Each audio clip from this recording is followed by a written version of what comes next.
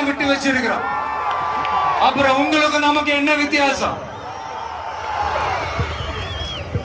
காஞ்சிபுரத்துல நாம பேசும்போது இந்த மாதிரி உங்களால் அமைக்கப்பட போற ஆட்சியில நம்ம ஆட்சிக்கு வந்த உடனே என்னெல்லாம் செய்ய போறோம்ன்றது சிலது சொன்னோம். அதையெல்லாம் தப்பா புரிஞ்சுக்கிட்டு இப்போ சொல்றேன், விளக்கமா சொல்றேன். நான் சலுகைகளுக்கு எதிரானவன் கிடையாது. மக்களுக்கான சலுகைகளை இலவசம்னு சொல்லி அசிங்கப்படுத்துறத எனக்கு உடன்பாடு கிடையாது. மக்கள் காசுல மக்களுக்கு செய்யறதை எப்படி இலவசம்னு சொல்லுவீங்க? அப்படியே செஞ்சுட்டாலும் ஓசில போற சொல்லி அசிங்கப்படுத்துறீங்க.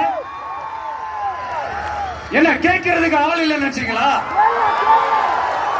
மக்களுக்கு உடனே இந்த விஜய் வந்து நிப்பா, இந்த விஜய் வந்து கேள்வி கேட்பா.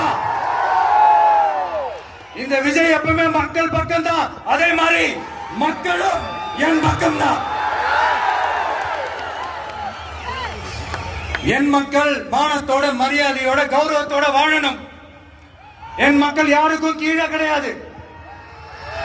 அப்படி அவங்க கௌரவத்தோட வாழணும்னா அவங்களுக்கான வாழ்க்கை தரம் உயரணும். வாழ்க்கை தரம் உயரணும்னா அவங்களோட வாழ்வாதாரம் உயரணும். வாழ்வாதாரம் உயர்ந்தாதான் பொருளாதாரம் உயரும். பொருளாதாரம் உயர்ந்தாதான் வசதி வாய்ப்புகள் உயரும். இதெல்லாம் உயர்ந்தாலே ஆட்டோமேட்டிக்கா அவங்களோட வாழ்க்கை தரம், அவங்களுக்கான மரியாதை, அவங்களுக்கான கௌரவம் எல்லாமே உயரும். இதுக்கான வழிகள், அந்த சூழல்களை அந்த கவர்மெண்ட் அமைச்சு கொடுக்கணும். இதுக்கான அந்த திட்டங்களை செயல்படுத்தணும்.